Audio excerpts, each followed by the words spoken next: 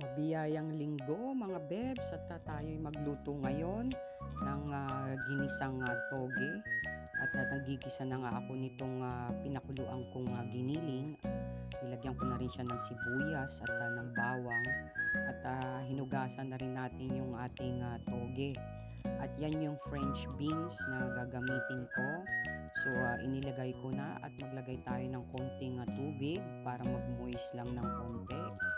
At naglagay ako ng oyster sauce at wala na pala akong oyster sauce. So sisimutin na lang natin siya. Ayan, para walang sayang. Simut na simut talaga.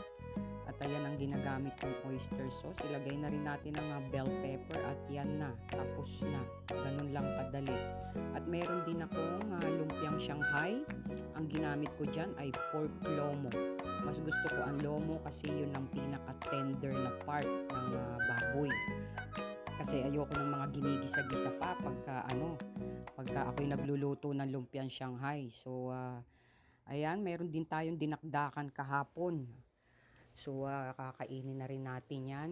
Isinama ko na sa mga tirang pagkain.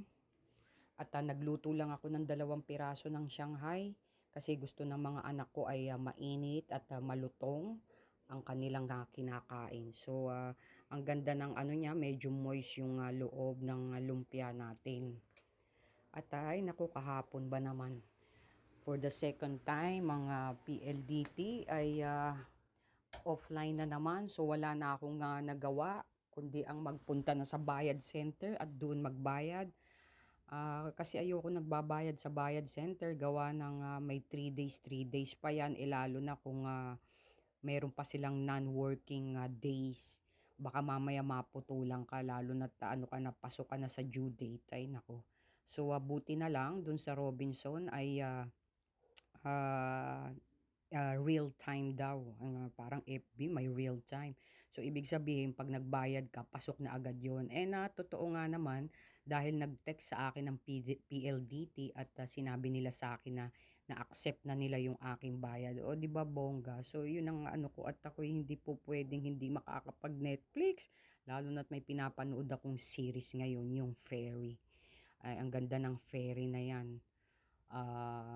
Mamaya ay itutuloy ko siya. So ayan.